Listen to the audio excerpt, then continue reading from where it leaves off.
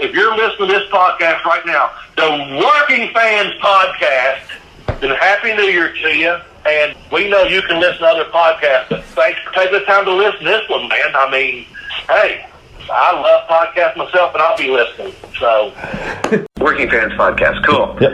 All right, here we go. Coming down 3, 2.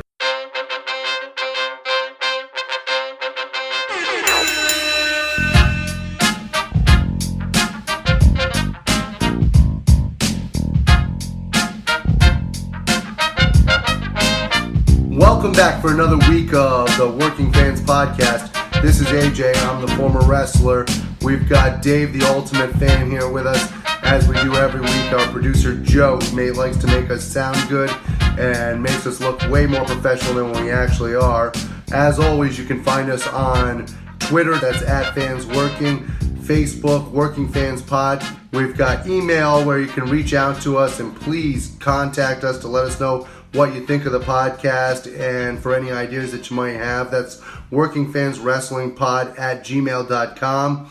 We're on Instagram where you can keep up with us at workingfanswrestling_pod. And then you can now listen to us on all major platforms, including Anchor.fm. We're on Google Podcasts, Spotify, Breaker, Overcast, Pocket Casts, Radio Public, Apple Podcasts, and you can actually check us out on YouTube. Now, it's important when you go onto the Apple Podcasts and YouTube, hit that subscribe button, give us a rating, let us know what you think so you can help us out and we can continue to do what we love and bring you guys in as fans. Don't think you have to be an AEW guy or a WWE guy or girl. You know what? You 100%. Watch. And just watch some fucking wrestling and enjoy it for what it is. You don't have to, just because you like one doesn't mean you have to hate the other. 100%. You know what? Don't watch that. If you don't like it, don't watch it. Watch what you like, because there's a lot more to choose from now. It's the Working Fans Podcast, and today I have a man who has been a wrestler, he's been a manager, he's been a color commentator, he's been a ring announcer, he's even been an author. He is an author. He's a DJ. He's got something going on called COVID Con. He's going to tell us about Mr. Kenny Casanova. Kenny, you got a lot of stuff going on. How you doing? Thanks, man. I appreciate it so much. No problem, man. Let's get a little background about you first. I did my homework a little bit here. You can correct me on anything. You were trained by Tom Brandy, Matt Bourne, T.C. Reynolds, and Bam Bam Bigelow to be a wrestler. Is that correct? Most of those sound right. I don't know about Matt Bourne, per se. A guy named T.C. Reynolds who used to do a fake doink, so you're close. Okay. But not quite Matt Bourne, but yes. Okay. And you started in 1994, and you predominantly wrestled in the New England area? Yeah, that sounds right. Yep. Mostly up and down the East Coast, mostly New England. Yep. Awesome. And then you became a manager. You managed guys like King Kong Bundy, Brutus Beefcake? Yep. Bunch of old school guys. Yeah. Awesome. And then you ended up doing kimchi with Kamala for a few times, and that ended up helping you. You ended up writing an autobiography for Kamala, yes? Right, yeah. So that kind of opened me up into the book writing world. So a lot of it blends in. There's a lot of weird. I have a weird skill set. I don't know if you'd call it good. It's just very odd. The manager gimmick I did was a karaoke-like gimmick. I would sing my guys to the ring real bad songs like Britney Spears and Tom Jones and stuff so people would boo. That turned into, hey, can you do a karaoke party for me, birthday party or something? You know, so I was like, geez, I'll try to figure it out because I wanted the payday. You know, old school guys, that's what we look at. And so, I started doing that. That turned into wedding DJ. Can you come do our weddings? So I said, okay, sure, that pays more. I'll try to do that. And then that pulled me out of wrestling a little bit. But then the book thing pulled me back in. So I was able to write the books for the guys, And then the book thing, many years later, turned into this COVID Con, which you just mentioned, which has now got me promoting a big convention, a first ever virtual wrestling con, which is going to be on Fight TV and has like 60 names on it. And it's all day Saturday, all day Sunday, and that's because I'm an author and I wanted to put something together for the fans who didn't really have anything during, these tough times and stuff. So we came up with that idea and it's taken off. Wow. So now, how many books do you have out, Kenny? Yeah, so I started with Kamala's. We raised something like $60,000 to write a book for him Kickstarter as a reward. But then I figured out the whole publishing deal, which turned out to be more lucrative for him, who needed money when he lost both legs of diabetes, on how to publish myself. So I became kind of a publisher. So I wrote Kamala's. I wrote Dangerous Danny Davis. That was the bad guy referee in WrestleMania 3. I wrote Bruce Beefcake's Big Van Vader's. Wrote Sabu's book. And I'm currently working with Sid, Just Incredible, and also long-term Bruce Pritchard. Oh, wow. Nice. You've been a DJ, too. Is that something you're still doing? Yep, still doing that. I mean, right now in New York State, you can't gather any people together more than 50 or so, or whatever. I don't even think it's that now. But yeah, typically every weekend turned into me DJing because it was the difference of, $1,000 wedding that you could make or more. Some weddings pay big bucks. Or, a hot dog and a handshake from some, backyard promotion or something. So I had to kind of go where the money was. It took me out of the wrestling, but during the week, I started doing the writing, so I was still in it. So I'm doing all this crazy little stuff behind the scenes that I excel at, but might not be as much on camera that you would see me. Gotcha. And now I also wanted to just ask you real quick. You were a ring announcer, so funny story. Actually, just before this, we taped an interview with Gary Capetta, and we're going to be doing like a ring announcer theme. And I was kind of wondering, did you borrow from anybody when you were ring announcing? Like anybody's influence you? Probably the Fink. Because when I do it, I do kind of like a put-on voice, more old school, a little bit of Michael Buffer. Not really like the newer Justin Roberts sound. Right. Not really like that. It was more like, this contest is scheduled for one fall. And more like the Fink, I would say. Yeah. No, I'm a fan of that, so that's cool. And I noticed, too, you're also an MMA fan? Did I see that right? To some degree, sure. Yeah. I just wonder sometimes because I noticed it like on your Facebook. I saw some stuff like Conor McGregor and a few other things. And sometimes I like to ask people because like I'm a fan of MMA and pro wrestling, but it seems like MMA fans don't like to really mix the two. But I love mixing the two because I think it's all promotion and showmanship, and that's what makes it great. Yeah. Now, I bet if we really did our homework, we could figure out some MMA matches that were works. So. Oh, yeah. Now, one other question before we just jump more into COVID Con. Sure. You got introduced into the New England Wrestling Hall of Fame. Is that correct? Yeah, inducted to the Hall of Fame 2000 and I want to say 4 or 5. Forgive me, I can't remember the year. Too many chair shots in the head, maybe. I don't know. Real big night. They do a good job there. It's Joe Bruin, his name is. And he's had the thing going for quite a number of years, and he also has like a big fan fest. He works around it, does a super job. So, shout out to him. So tell me about COVID Con in the sense, I know the days, but who's going to be there and what's some of the stuff we can expect and how did this all come about? Geez, okay, so there's a guy named John Cosper. He wrote like David Schultz's book, who's kind of relevant.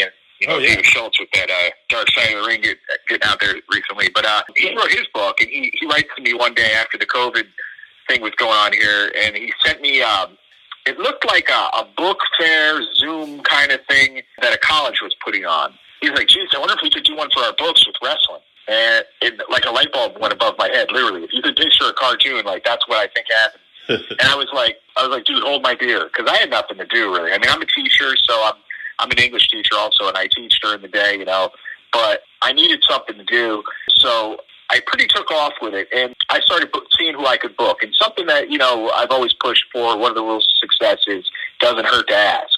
So I started asking all my contacts and seeing who I could get together. Immediately, DDP said yes. So I was like, okay, this is going to be big. I could probably put his face on stuff, and, so I got DDP. Shortly after that, we had like Hurricane. But then, I don't know, Al Snow is in. I'm just trying to think of some of the big major names. But we have every major wrestling book author, which was the idea to this. And we threw a bunch of other wrestlers in to kind of like, pull some eyes on the event. And so we could help sell more books. But now the wrestlers will be able to sell more 8x10s and shirts and stuff. So it's a good win for all of the guests because they've got nothing they can do now. They can't really go do a wrestling show. You can't do any sort of appearances anywhere for the time being. But also, what it also does is it gives back to the fans because the fans can't really like go enjoy anything either. So I said, hey, So I said to my buddy John, I said, rather than do Zoom or something, here's my idea. Let's make a Facebook page and we'll make a ton of Q&As, panels and individuals and stuff where the fans can actually interact with the people that they admire and they want to know more about. And from there, we'll just let their questions be the content. So we're doing Facebook Live, and it's going to be one constant stream from like 9 in the morning on Saturday until midnight, and then it starts up again 9 the next morning. And it's just every half hour, a new wrestler, a wrestling personality, or like an author or historian comes on to do a Q&A. And there'll also be run-ins in different people's feeds, and there'll be panels. Like we have an ECW panel that has Sabu and Justin Credible and Joel Gertner in it. And we have a tag team panel with like Typhoon, the Shockmaster, with like one of the Bushwhackers, Cousin Luke. So we're trying to mix things up. We've got ODB's got a special guest that she hasn't announced, which is another female wrestler that people know. So that kind of thing, a lot of little surprises here and there. Michael Kingston's going to do something with Hurricane Helms. And Michael Kingston's the guy that put the Headlock comic out. So yeah, there's all kinds of neat stuff going on. Coco Beware is there, the Nasty Boys. We got all stuff for old school. You got everybody you can find. Yeah. We got Oscar, like you said. You had him on last week. Oscar gave me a call, and he was interested. So, yeah, we gave him a spot. And that's some real good wrestle crap right there. Now, people who like wrestle crap, you know what I'm talking about. The fun, gimmicky stuff. Got him. We got Alex the Pug Parto. we got some cool stuff going on. You found everybody in that 90s type era right there. Yeah. Got a bunch of them. We got like Marty the Moth from Lucha Underground. Oh. Kevin Kleinrock, who does the Masked Republic minute on some podcasts. He's going to show up with some Lucha Underground guys and talk Lucha. So we also have a guy named Peter Bregman who's doing coloring books for wrestlers. He's got like, and I help write him sometimes. He's got one for Demolition called Demolition on Mars. Sabu versus the Three Little Pigs. He's got Cactus Jack and the Beanstalk. Did McFoley's coloring book. So we're trying to grab stuff from all over the place. We've got John Crowther, who does a lot of the guys' comic books. So there's a comic book element to the whole thing. And then we've got Scott Teal, Crowbar Press.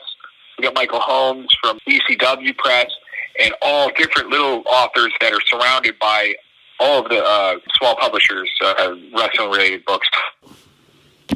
He's written Flair's book. He wrote the Iron Sheik book that was shelved. We've got the guy that wrote Jim Ross's books. So we got all kinds of, O'Brien, we got all kinds of cool stuff. A little bit of stuff for everybody, I think. All right. Well, that's awesome, man. Sounds like you got your hands full and should be a fun time for everybody. So everything they can find out about this is on Facebook? Sure. I mean, if you go to our page that we made just for the Comic-Con, I shouldn't call it Comic-Con, I guess a Wrestling Con, you go to facebook.com/groups and then /wrestling bookmarks. So the group that we're putting together is a bunch of authors, and our group name is the Wrestling Bookmarks. We spell it like a bookmark, like you would put it in the book, but it is a play on the word because it's like marks for books. Gotcha. So, that's cool. So go there, and you can also see it free on Fight TV. But if you want to ask questions, you got to go to the Facebook page so you can interact with the wrestlers. If you just want to watch it, Fight TV is a great outlet for that. Awesome. And you're on Fight TV, too. That's awesome. All right. Well, I appreciate it, man. Is there anything else you want to say before we go, then? No, that'd be great. I think we're going to have a Pro Wrestling Tee, COVID-Con t-shirt. If people are like really into it and want to check that out, any money we make from that, we're going to pay the moderators and stuff, because basically everybody's doing stuff for free. Again, this is just a fun thing for the fans, and just kind of like a book fair type thing to put your stuff out there with a lot of fun Q&A in between. And I just want to show you my appreciation for having us on, and let's plug it a little bit, and keep stuff fun for the fans out there. Keep the legend alive. Awesome, Kenny. Yeah, we'll definitely plug this. I'm super excited for the event, man. This is cool. Thank you. Thank you.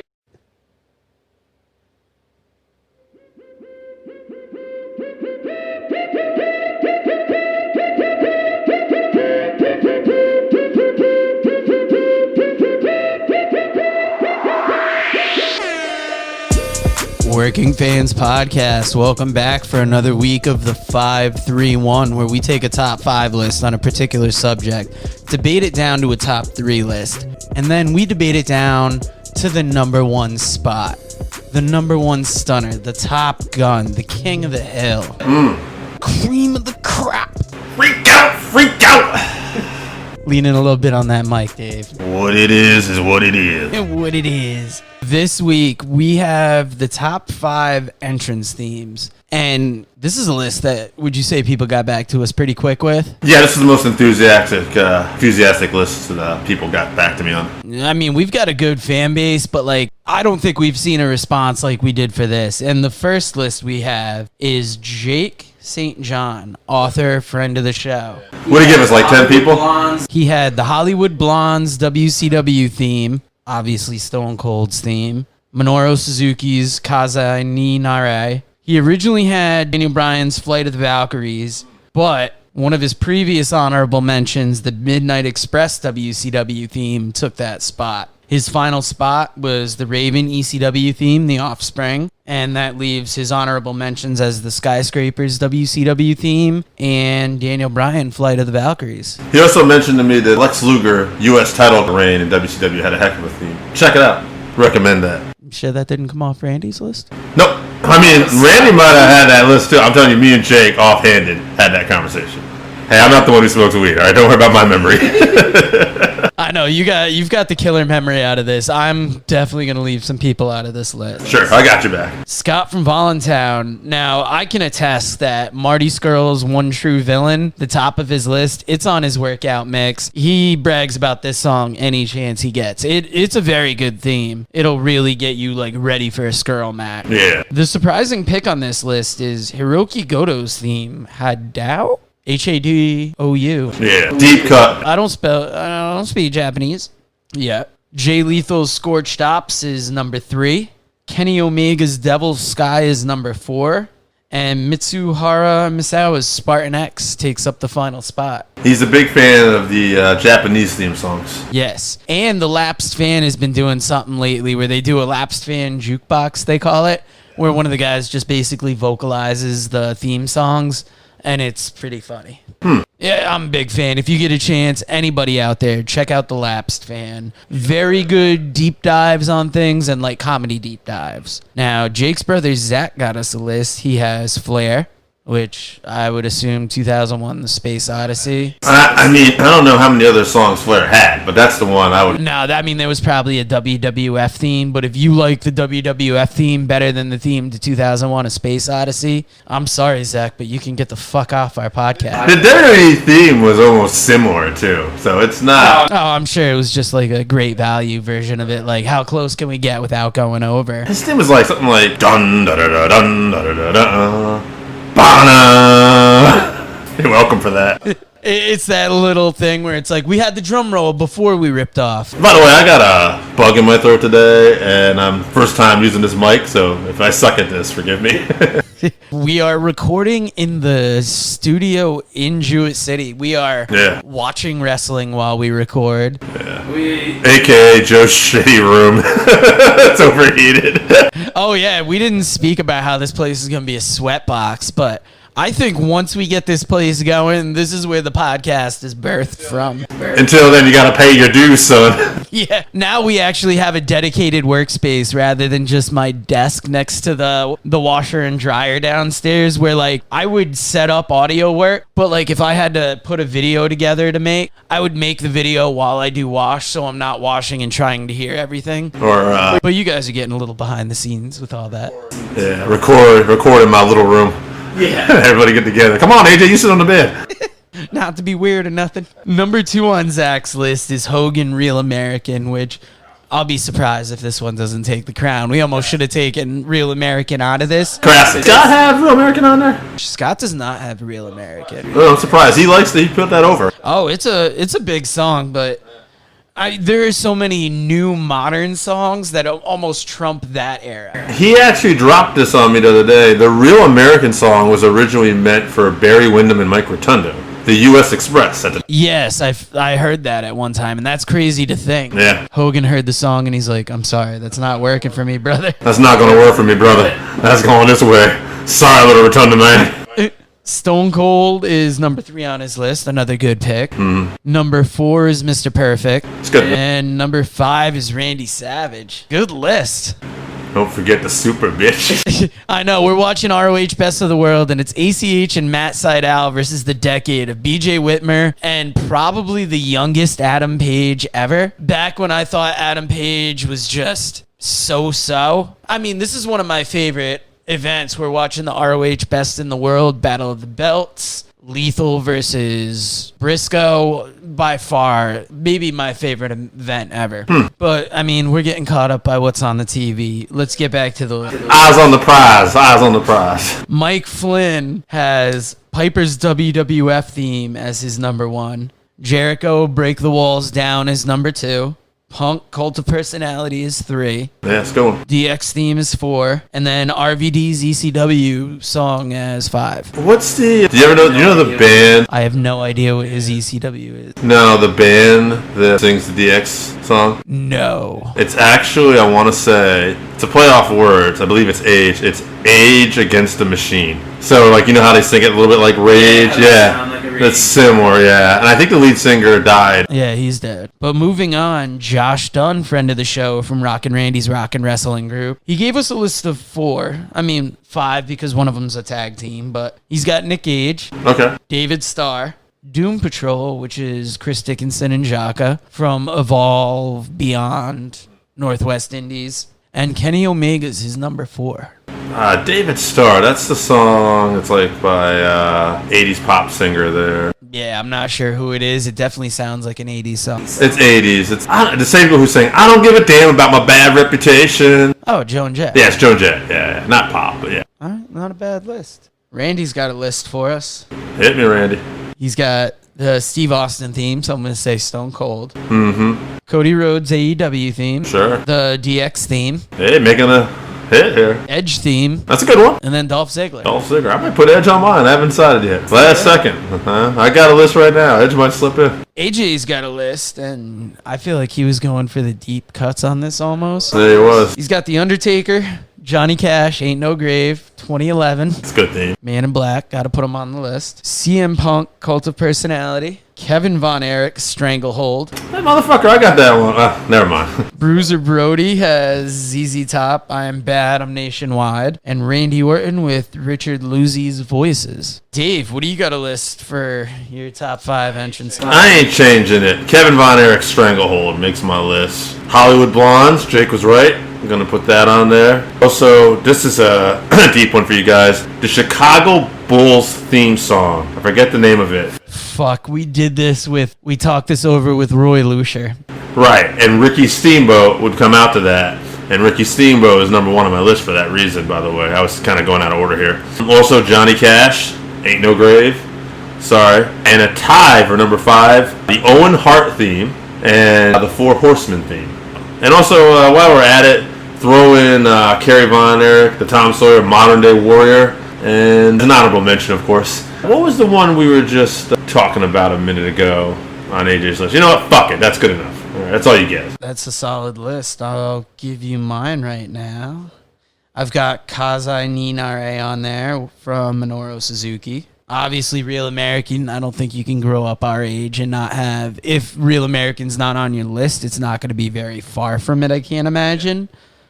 That classic Bret Hart theme from WWF. Nah, I'm upset I didn't put that on, but go ahead. I wrote this list as you were reading off yours, so I was just lucky that it popped into my head at that moment. I've got Cult of Personality after that, and I'm going to go with Break the Walls Down as my number 5. It's a good one. Bret Hart and the Ultimate Warrior theme are a couple honorable mentions for me, too. I love those songs. All right, so if we're looking at these lists... One question. Did we read off Jesse from New Hampshire's list?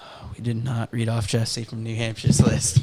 Jesse, we fucked you, and you can hear me dropping the phone on the table just because I'm going to look this one up. We can't do you wrong this many days in a row. Mm-hmm. Jesse's list has Real American from Hogan, Stan Hansen, All Japan Pro Wrestling theme, the Beverly Brothers theme song, Tommy Dreamer, Man in the Box, and Damn It, Sandman, Enter Sandman. He's got some interesting lists there. The Beverly Brothers, I mean, I kind of remember that one, and I don't remember liking it, but I'll have to go check that out now. But yeah, that's interesting.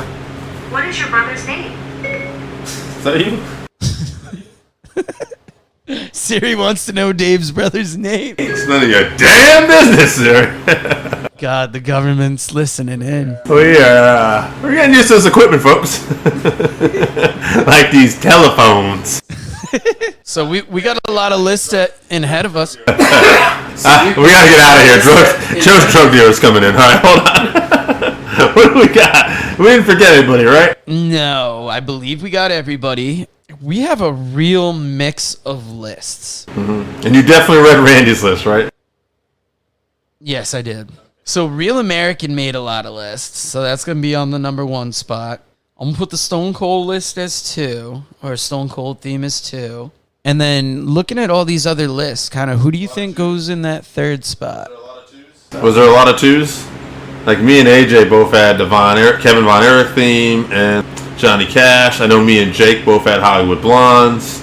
So I'm just wondering, you see a 3rd in there anywhere? No, but let's give Stranglehold's a hell of a fucking song. It's a hell of a song. I'll throw it in there. Yeah. And just the way, like, it gets the crowd whooped up, especially with, like, you got the Love of the Von Erichs and then Stranglehold on top of it. And MLW, I mean, I would say that Marshall and Ross come up to somewhat of a parody of that song. Oh, yeah, it's definitely got the feel of it. So, between Real American, Stone Cold's theme, and Stranglehold, which is the first to go? That's a tough one. Now, all right. I feel like it's going to be like every other time we do this list, and the last one in is going to be the first one out, because Stone Cold and Hogan's themes are just... Well, that's the thing. So what do you want to go by? If you go by just the quality of song, I actually say Stranglehold might be the best song. Now, if you're going by in terms of wrestling, though, like... Better than Real American? When it comes crashing down and it hurts inside. Dun, dun, dun, dun, dun, dun, dun. I mean, some might argue those lyrics are a little bit corny, and that's kind of why it's so good. The video is definitely phenomenal, but that's one argument. Now, when you're talking about epicness, though, Stranglehold, unfortunately, I would say isn't as epic as Stone Cold or Hulk Hogan. So in terms of wrestling, sure, I'll kick off Stranglehold. But I do want to say, in terms of a song, a jam, like if I was going to show people, like, hey, what's a song you like to listen to? I'd probably go, here, listen to Kevin Von Erich. I wouldn't go, check out this Real American brother. hey, girls, where are you going? I don't know. Real American's good. Like, if you want to pop off a good 4th of July party. True. I don't know. It doesn't. All right, so if we're doing this. It doesn't feel right to take Stranglehold off, no matter how crazy Ted Nugent is. But if we're gonna get rid of Real American or Stone Cold's theme, who goes? Well, to me... Here, I'm gonna make an executive call. Go ahead, brother. This is very timely. Yeah. Given the way events have been lately. We need some Real American. I was going to say, you spoke with Barrington Hughes about this, so I think him addressing the Black Lives Matter movement means more coming from him. Sure. But I'm Black Lives Matter, and we're going to get Hulk Hogan's song the fuck out of here. Oh, right. Little thing, though. He's a racist fuck. I forgot it. That's fine. Allegedly. I don't want to say that because he gets sued. I mean, it's on tape. I'm pretty sure it's on tape, though, so I'm probably fine. It was actually the first time we went to the Barclays Center for NXT TakeOver. It might have been a little bit after that happened. I don't know timeline. But I'm walking in the subway, and there's this black dude whistling this song. And it didn't occur to me at first what it was, but when I realized he was whistling Hogan's theme, I was like, oh, wow, that's understanding right there. I mean, it's a catchy song, but I want to throw this out there. Let's kick out Hogan's altogether, but he doesn't even make the final 3. Fuck him. All right? So if that's the case, I'm going back here a little bit, all right? I want to pitch an idea for you. 2 other guys that make the final top 3 here, all right? Johnny Cash, Ain't No Grave, that's 1. Or the DX theme was mentioned quite a bit, it felt like. Man in Black. I like it. We're joking a lot about it, but I think for us to make a serious statement about things would almost be out of character for us.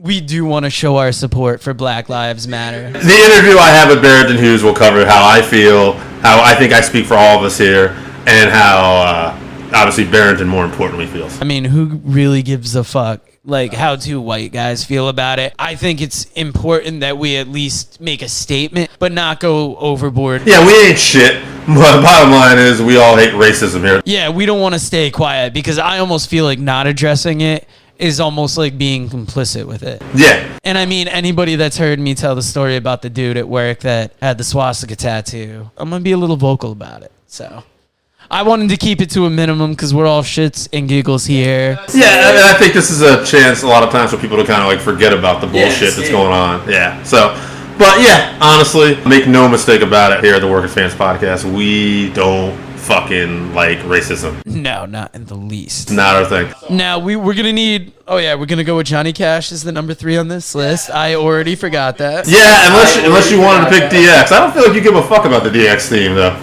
The DX theme is good, but It wouldn't make my list. I threw it in there because it was popular with other people. you've got it up against Stone Cold, Real American, and now Johnny fucking Cash.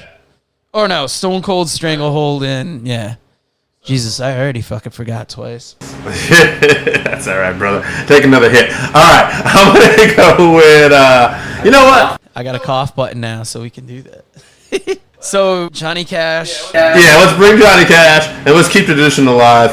Fuck Johnny Cash. Let's down to Stranglehold and the Stone Cold theme. It's tough, but it's almost like once you're trying to figure that third person in, it's almost like you're making an excuse to get them into that third slot. So they're almost the first to go every time. Yeah, they're gone. Stone Cold and Stranglehold. This is tough. You know, in terms of iconic, I'd say you almost got to go with Stone Cold. But part of me just wants to say, fuck all that noise. He ain't never did our podcast, but Ross and Marshall did. So I almost want to give it to Stranglehold just because of what you were talking about, how it was so big for Kevin during that time. And then now his sons have almost like a version of it that they can use in MLW. yeah, I'm for it. I'm a mark for that song. Hey, it's our fucking show. Sorry, people. Write us in if you don't like it, or text me. You know who you are. All right, so this week, the top... Oh, wait. I fucked up, and I forgot to play perhaps maybe the best theme song of all. Now let's go out on this beat.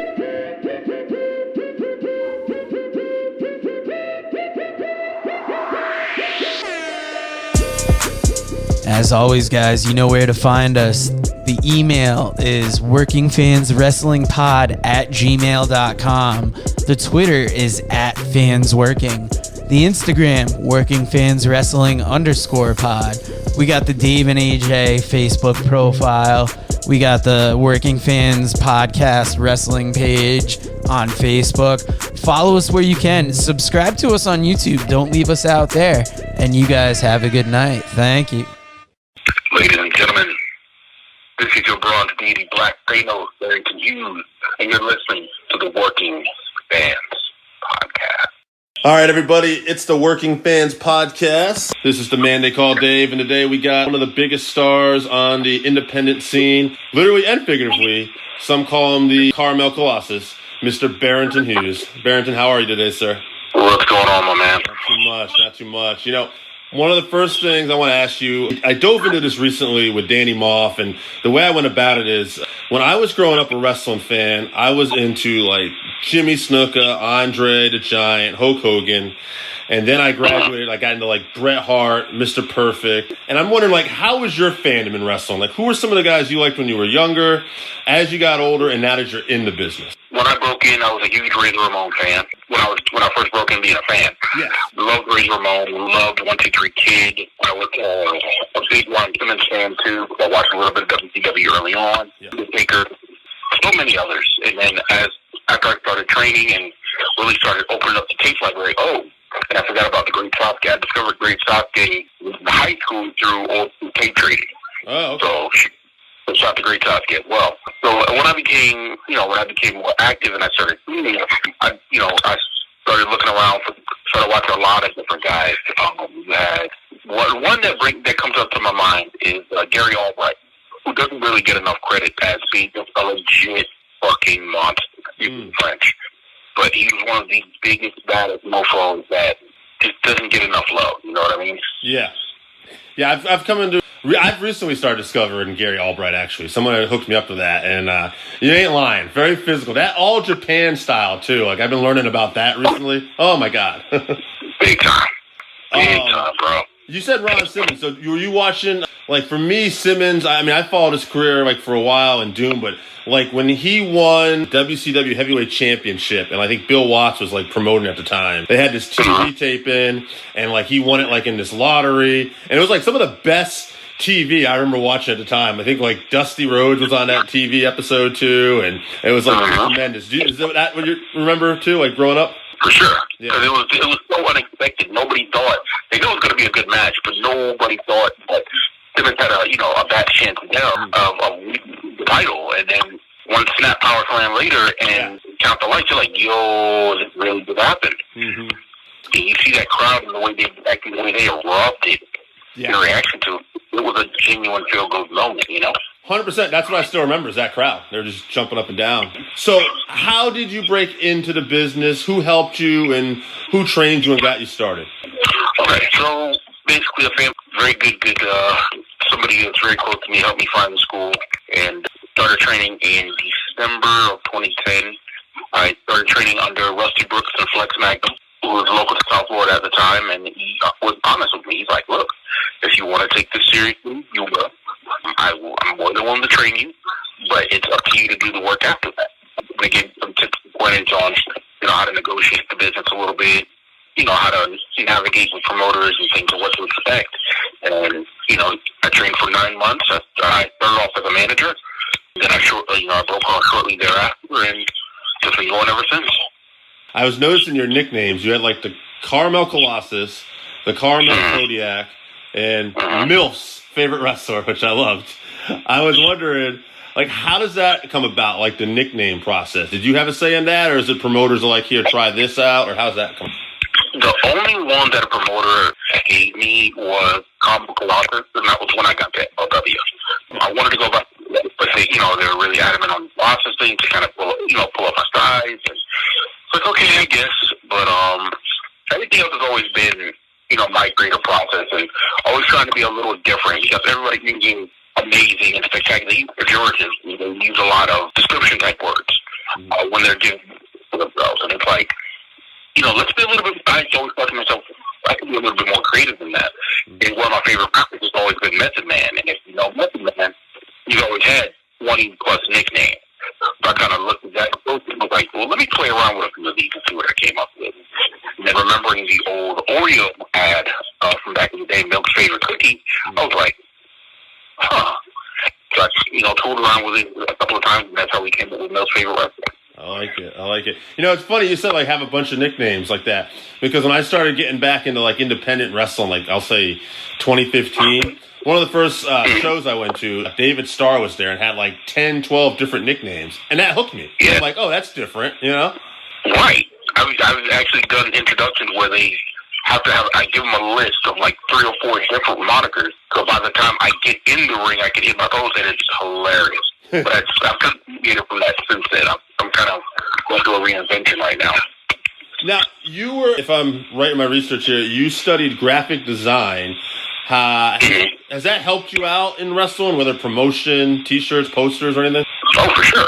When I first broke in, before I even became an active wrestler, I would design costumes and stuff. I would do a lot of gear work for local guys and trying to bring in some unique styles and from all the way from my local independents all the way up to WWE. I did a lot of Daniel O'Brien stuff during the title run back in the day. I've done stuff for T.J. Perkins. I've done stuff for quite a few notable guys. And it's always been a passion of mine. I was always an artistic kid growing up. I just love doing it. Yeah. It's good to have a lot of irons in the fire, too. Absolutely. One other thing I noticed about, I couldn't confirm, but are you into powerlifting as well? Somewhat. I'm super amateur powerlifter. I've never competed, unfortunately. I do want to eventually, once my health allows, we'll get back into it and really give it a shot. But I train like a powerlifter. My tag team partner, he's done it in the past, so he kicks my butt every time we go to the gym. But I love it. I love the aspect of just raw strength. Yeah. Now, you're talking about health. What are some of maybe the worst injuries you've suffered in the ring so far?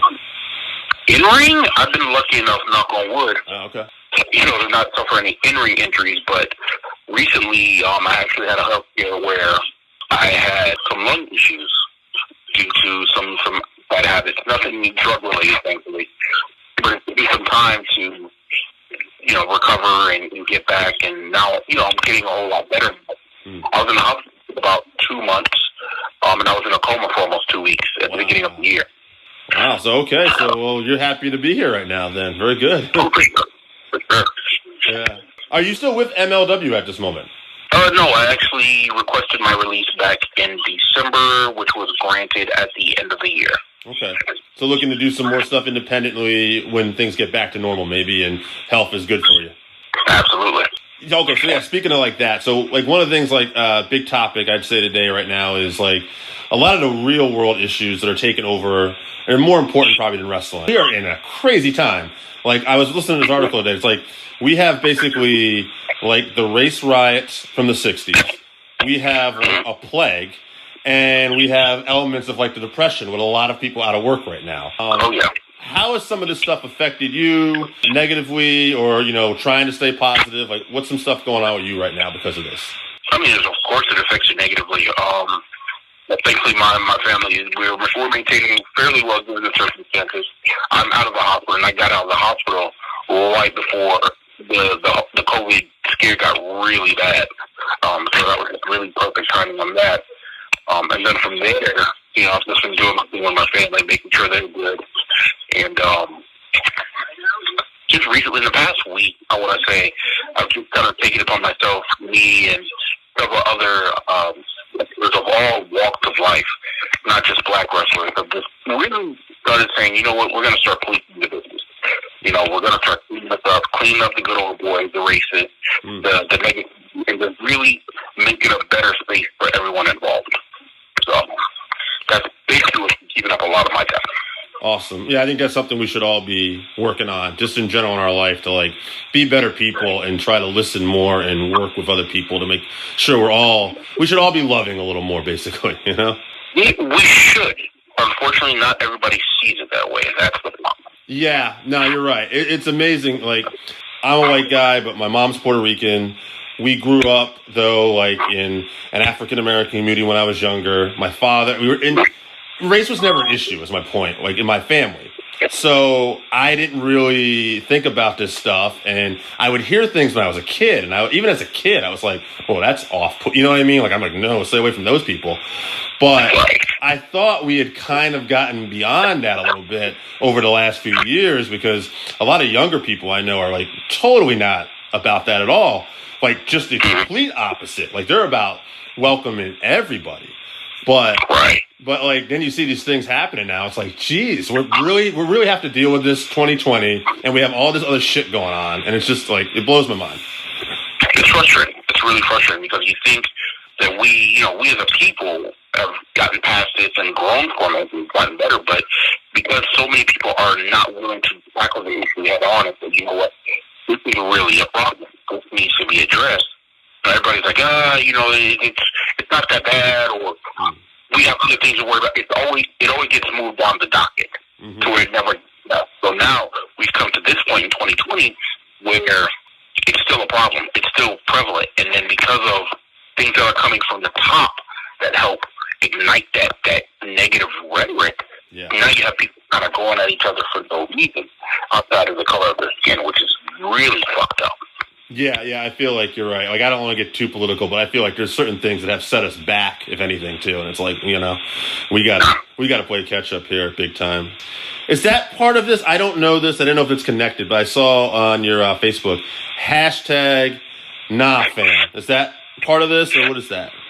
No, NahFam is just me. Okay. NahFam is just, that's my thing. Now, the other hashtag, I don't know if you've been checking the past few days, the one that really, I started a hashtag call out a racist. Okay. There's also another one call out racist that I'm kind of including because it's more expansive. And a lot of guys that unfortunately have been called out in the past few days, it's been really bad. I'm not going to name names. If you go down the list, you'll see them everywhere from local promoters to guys that have been all the way to the top. And it's like, it sucks. Because a lot of these people we watch on TV and we admire it, or we like them, we support them, or we bought their merch, and then you see how they think and they feel about it, and it breaks your heart. You know what I mean? Yeah, 100%. Yeah, I mean, it's definitely been eye-opening, to say the least, just the amount of hate that's out there. Even, like, I've heard, like, on the flip side of that, like, people that are generally outraged and should be, but, like, I heard some guy say his solution was, well, we need to genocide these racists and these horrible people. And I'm like, well, genocide doesn't seem like where we should be going with anything right now. Like, maybe we all need to love and try to figure out how to handle this. But at the same time, man, I get where the anger's coming from, because, like I said, like, I start seeing this stuff now, and I'm getting older too, but I don't know, everything I see on this stuff, like, just makes me so angry. It's like, oh. Yeah. Here's the thing, man. It's it's a generation of people that are not willing to listen to the voice of reason. You have young people that want to be progressive and want to do things different, but we're not coming together to say, okay, let's hear each other out. Why do we feel, and how can we get past this and move forward? That's the problem. There's so many different things that need to be done, but nobody knows where to start. I mean, tough to segue, but we'll go back to wrestling a little bit here. You know, talking, you're a very passionate guy. I can see that. What about the art of a promo? Like, how is a promo something that was it challenging for you? Was it something you felt you excelled at? Where do you put that in, like, the terms of the wrestling game? Promos, listen, man, if you can cut it, and this is prevalent today, if you can cut a good promo, your skills don't have to be, and it's not saying that you're not supposed to train, that you shouldn't have your skills up far. But certain things that you may lack in the athleticism department, you can more than make up for in promos, and being able to tell a story with your body, with your words, with your mind, and being able to pull people in and make them feel what you feel, or make them or manipulate those emotions. That is a fucking good promo to be. You know, I saw that very early on by, a former tag partner, still a good friend of mine, Ben Meltzer. He really taught me the nuances of promos and having, my mentors that I have now in Low T and MVP and Jay Horn. There's a lot of guys that helped me over the years really understand the importance of the promo.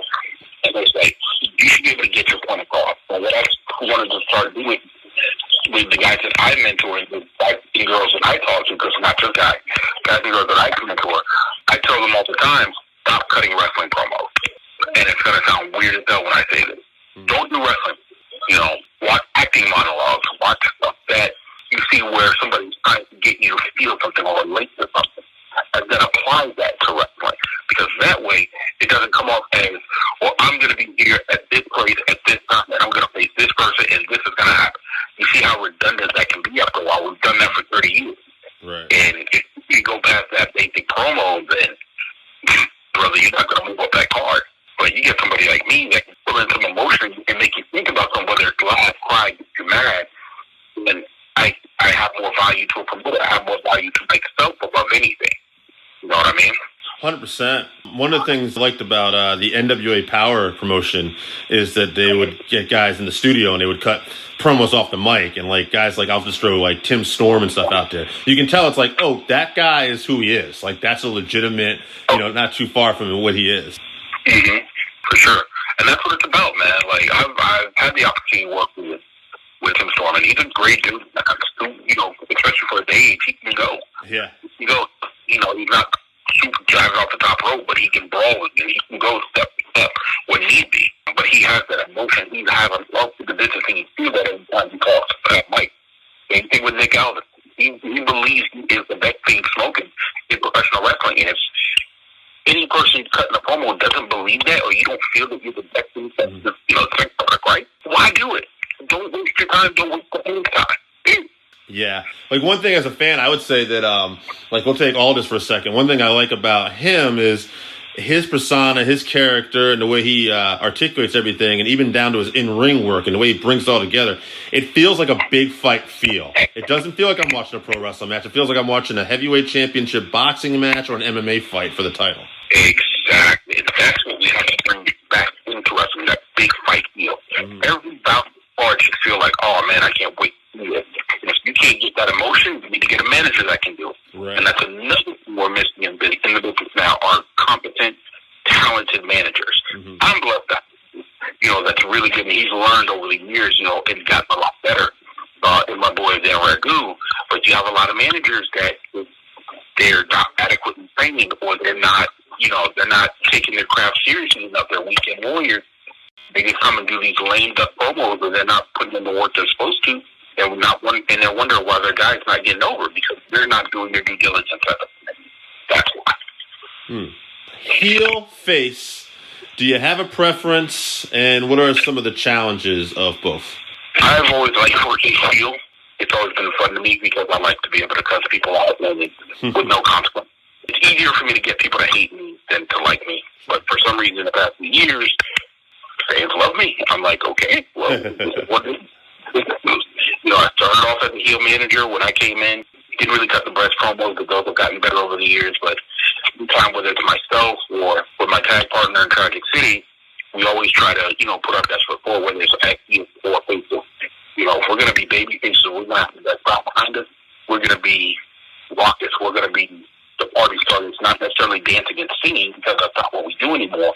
But we're going to get that crowd behind us, and then, hey, we're coming to do work. We're coming to bring war. You know what I mean?